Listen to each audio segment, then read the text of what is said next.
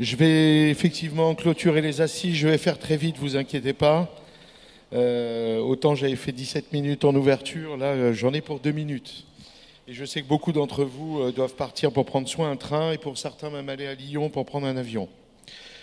Chers congressistes, il y a 3 jours, à l'ouverture de nos 39e assises nationales du CNAIMO, ici à Châlons, je vous indiquais que le CNAIMO prenait résolument le parti d'interroger les notions d'universalité en protection de l'enfance à travers le traité le plus ratifié au monde, la Convention internationale des droits de l'enfant et des réalités, des pratiques et du regard des personnes accompagnées. Les réflexions de qualité menées durant ces 3 jours autour de l'universalité en protection de l'enfant nous a amenés à nous recentrer sur l'importance du sens à donner dans nos actions que nous portons quotidiennement. Nous avons rappelé combien il était important d'affirmer et de rappeler les avancées accomplies, notamment la reconnaissance d'une valeur essentielle qui transcende tous les principes et droits reconnus par la Convention, la dignité de l'enfant. Je voudrais rappeler en cette fin de congrès que tout enfant est un être unique et précieux et sa voix doit être entendue pour que cette dignité individuelle, ses besoins particuliers, son intérêt supérieur et sa vie privée soient respectés et protégés. L'objectif est important car il rappelle que le respect des droits de l'homme commence par la manière dont une société traite tous ses enfants et toute sa jeunesse.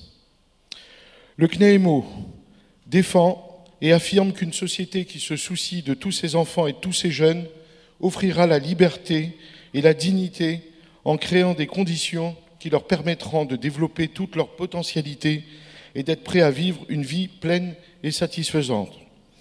Il s'agit là d'un bel investissement pour notre société en devenir.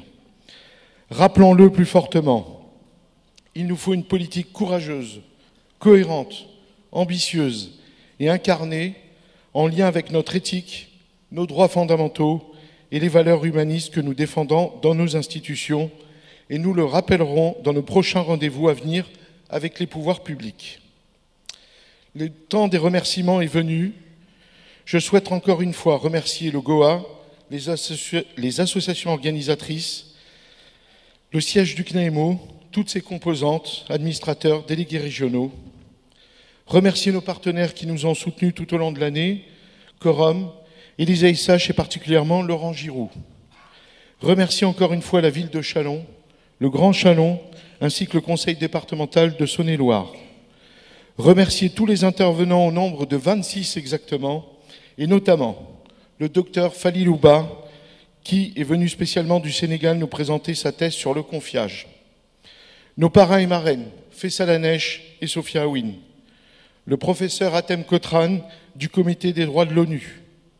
Xavier Iacovelli, sénateur, et son franc-parler sur un sujet aussi sensible que la protection des enfants.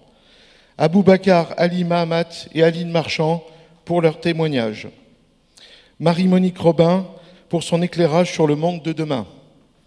Les techniciens de l'équipe de couverture image que je voudrais qu'on applaudisse parce qu'ils ont fait un très bon travail.